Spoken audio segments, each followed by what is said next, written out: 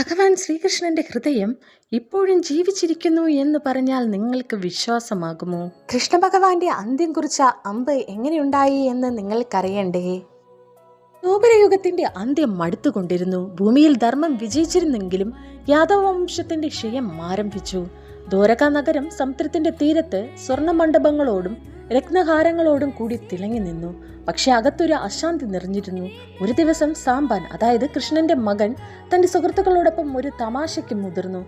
മഹർഷിമാരായ വിശ്വാമിത്രൻ, ദുർവാസാവ്, നാരദൻ തുടങ്ങിയവർ ദ്വാരകയിലെത്തിയപ്പോൾ സാമ്പാൻ സ്ത്രീവേഷം ധരിച്ച് ഗർഭിണിയായി അഭിനയിച്ചു.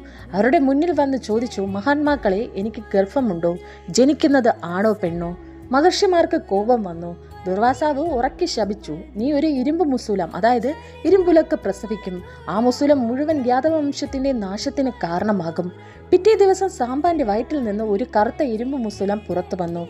ഭയന്ന യാദവർ അത് പൊടിച്ച് സമുദ്രത്തിലെറിഞ്ഞു. പക്ഷെ ശാപം തീർന്നില്ല. കാലം കഴിഞ്ഞു. ആ ഇരുമ്പ് പൊടി സമുദ്രത്തിൽ മീനുകൾ വിഴുങ്ങി. ഒരു വലിയ മീനിന്റെ വയറ്റിൽ പൊടി കട്ടിയായ ഇരുമ്പ് കഷ്ണമായി മാറി. മത്സ്യത്തൊഴിലാളികൾ ആ മീൻ പിടിച്ചപ്പോൾ ഇരുമ്പ് കഷ്ണം ലഭിച്ചു. ആ ഇരുമ്പ് കഷ്ണം ജരൻ എന്ന വേടന് മത്സ്യത്തൊഴിലാളികൾ കൊടുത്തു. ജരൻ അതിനെ തന്റെ അമ്പിന്റെ മുനയാക്കി. അങ്ങനെ ശാപത്തിന്റെ അമ്പ് തയ്യാറായി. യാദവന്മാർ തമ്മിൽ തന്നെ യുദ്ധം തുടങ്ങി. മദ്യപാനവും കലഹവും കൊണ്ട് അവർ ഒരുവരെ കൊന്നൊടുക്കി. ദ്വാരകാ നഗരം ശ്മശാനമായി. ബലരാമനും കൃഷ്ണനും ദുഃഖിതരായി പ്രവാസ തീരത്തെ വനത്തിലേക്ക് പോയി. ബലരാമൻ ഒരു വലിയ മരത്തിനടിയിൽ യോഗാനിദ്രയിൽ കിടന്ന് സമാധി ചെയ്തു. അദ്ദേഹത്തിന്റെ ആത്മാവ് ശേഷനാഗ രൂപത്തിൽ സമുദ്രത്തിലേക്ക് മടങ്ങി. കൃഷ്ണൻ ഒറ്റയ്ക്ക് മറ്റൊരു മരത്തിനടിയിലിരുന്നു. കാലുകൾ നീട്ടി ധ്യാനത്തിൽ അമർന്നു. അദ്ദേഹത്തിന്റെ ഇടതുപാദത്തിന്റെ അടിഭാഗം മരച്ചില്ലകൾക്കിടയിൽ കാണപ്പെട്ടു. അത് അദ്ദേഹത്തിന്റെ ഏക അപകട സ്ഥാനമായിരുന്നു. അപ്പോൾ ജരൻ വേട്ടയ്ക്ക് വന്നു. ദൂരെ നിന്ന് അവനൊരു മാനിന്റെ തലയായി തോന്നി കൃഷ്ണന്റെ കാല്.